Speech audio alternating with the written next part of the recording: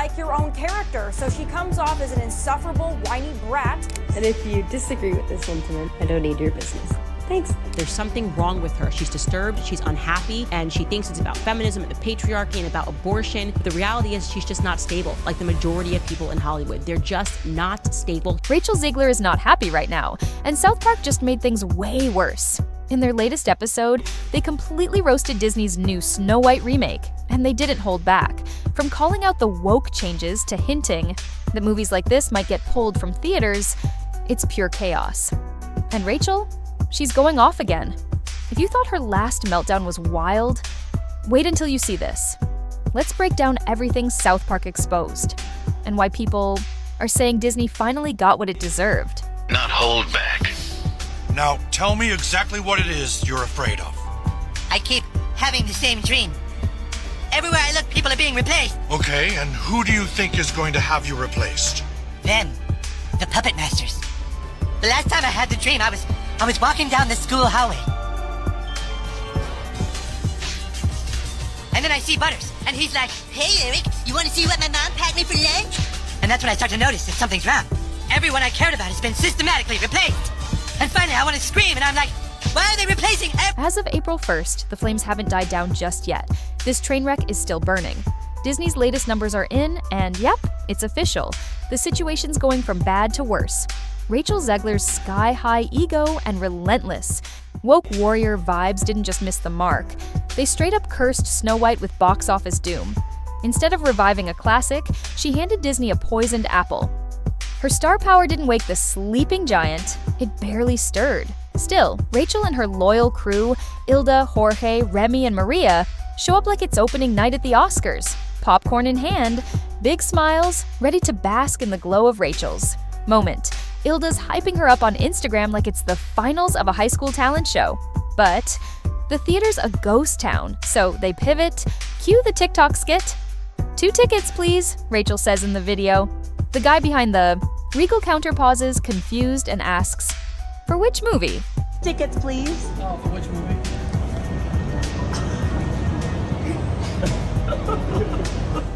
In the video, she's standing there proudly, holding her Snow White merch like it's some kind of VIP pass, giving the ticket guy a look like he's the one out of the loop. I mean, seriously, Rachel Zegler is in the building. Who else would they be there to see? Of course it's Snow White, duh. The guy clearly didn't get the memo that she's the star of the show. Then we cut to their popcorn buckets and matching cups, all decked out in Snow White branding. Her crew's giggling, striking goofy poses for the camera like it's a red carpet moment. You can tell Rachel thought this was going to blow up online. One of those look at me now viral wins.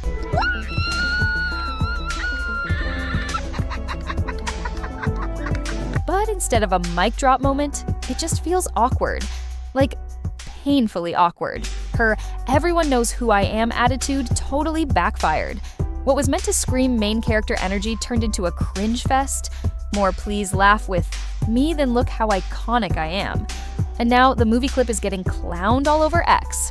People are calling it the perfect example of someone who really thought she'd outshine the original, and missed by a mile. And get this, Rachel's in that nearly empty theater, clutching a bouquet like she just won an Oscar. But let's be real, that was probably a pity gift because the box office sure wasn't handing out any love. Remember when she once boldly declared, "People will wait in line to see my films despite my flaws"?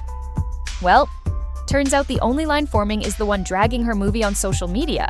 That despite my flaws, and despite my cracks and my breaks, and there are many of them, that at every premiere and everything I do, people will wait in line to see. Now, the only line forming?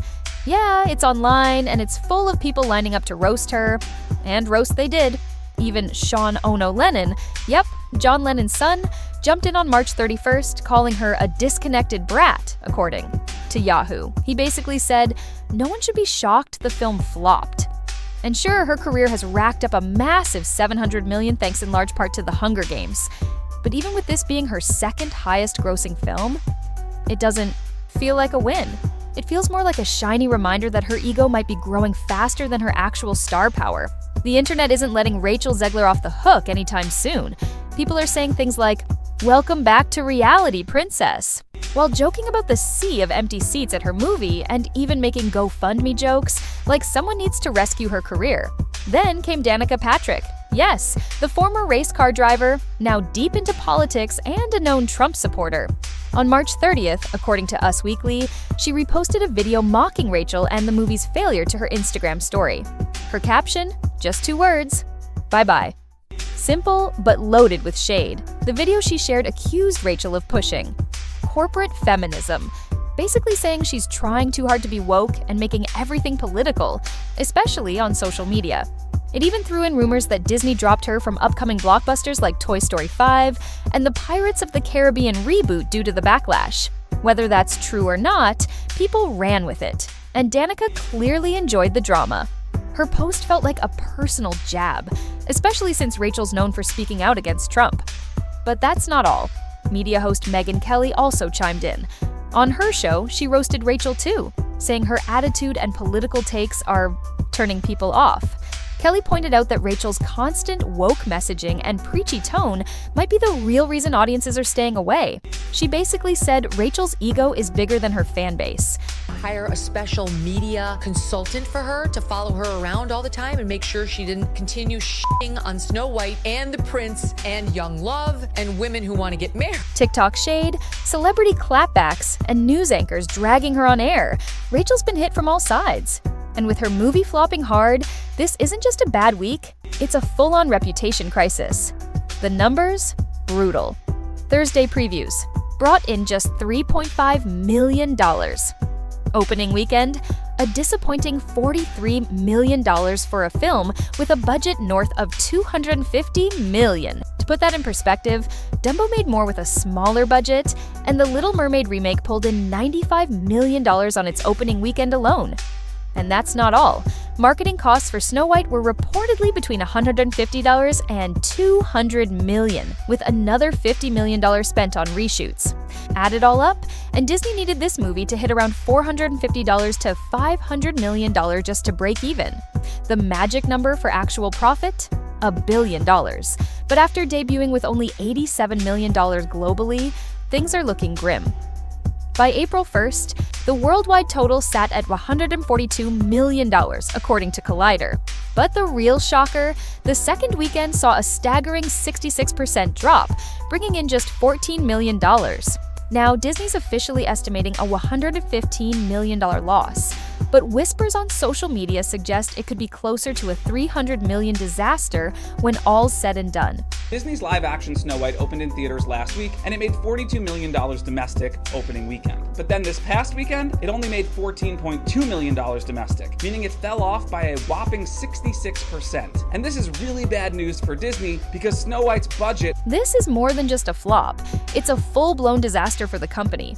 Investors are probably scrambling to figure out what went wrong, while Disney execs are left hoping for some kind of miracle.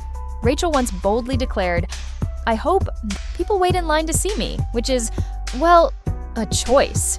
Especially when her movie premiere had more tumbleweeds rolling through it than actual tickets sold. An in-depth piece, like a behind-the-scenes piece, was it Variety, talking about how they've been in a full meltdown about this girl for a couple. Rachel really dared this movie to flop with all her woke antics. She went after Snow White, calling Prince Charming a stalker and the 1937 version a weird take. Newsflash: people like fairy tales for the magic, the romance, and the timeless feel. Not every story needs to be a women who don't need a man narrative where stomping on men is the main point. Snow White and her prince saving each other? That's a win for both. A story with heart. But Rachel and Disney got too caught up in flexing feminist credentials.